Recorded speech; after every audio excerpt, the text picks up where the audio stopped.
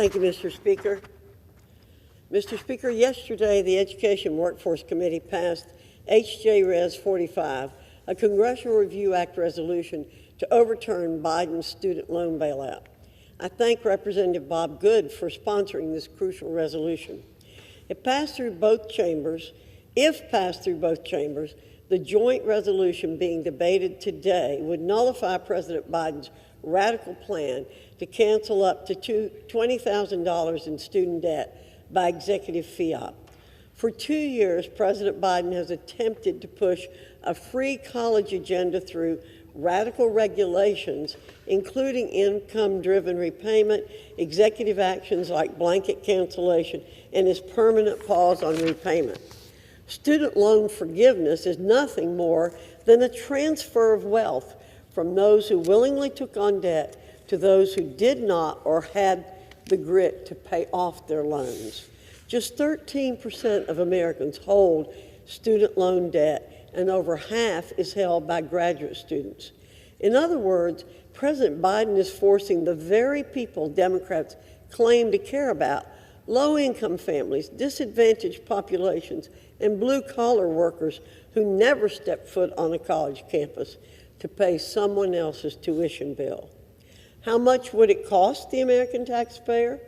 President Biden's student loan bailout alone will cost taxpayers an estimated $315 billion, according to the Congressional Budget Office.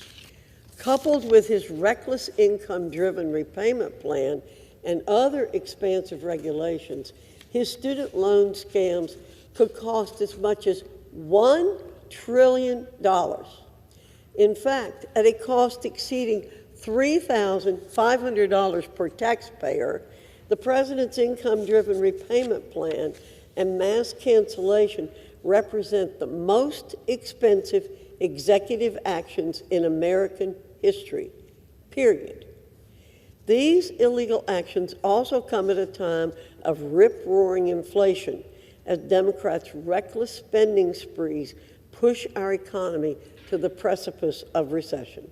The president's debt transfer plan alone could increase inflation by as much as 27 basis points, making it even harder for families to put food on the table and gas in their car.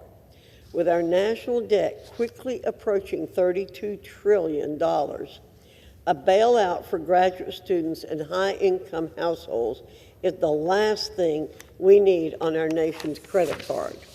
Our economy is a debt-fueled balloon waiting to pop, and this plan could be the proverbial needle.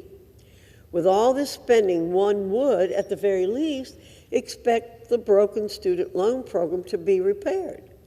Yet even if the president is able to move forward with his debt transfer plan, we'll be right back to $1.6 trillion in outstanding debt in less than 6 years. Why? Because colleges will increase their tuition and force students to borrow even more because they know taxpayers will foot the bill. The problems that plague post-secondary education cannot be solved by one-time debt jubilees. Solutions require hard work.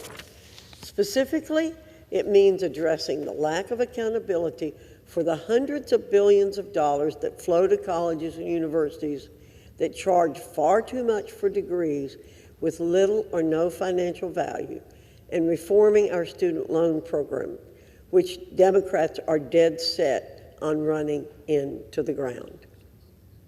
I yield back, Mr. Speaker. The gentlewoman yields back, and members are reminded to refrain from engaging in personalities toward the president. The chair now recognizes